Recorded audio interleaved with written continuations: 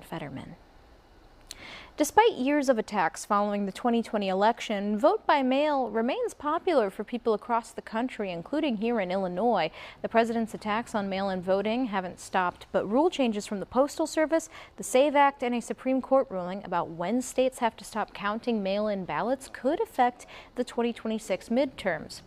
Illinois officials say they are already handling these changes. County clerks are monitoring them and focusing on early education and information for voters before November.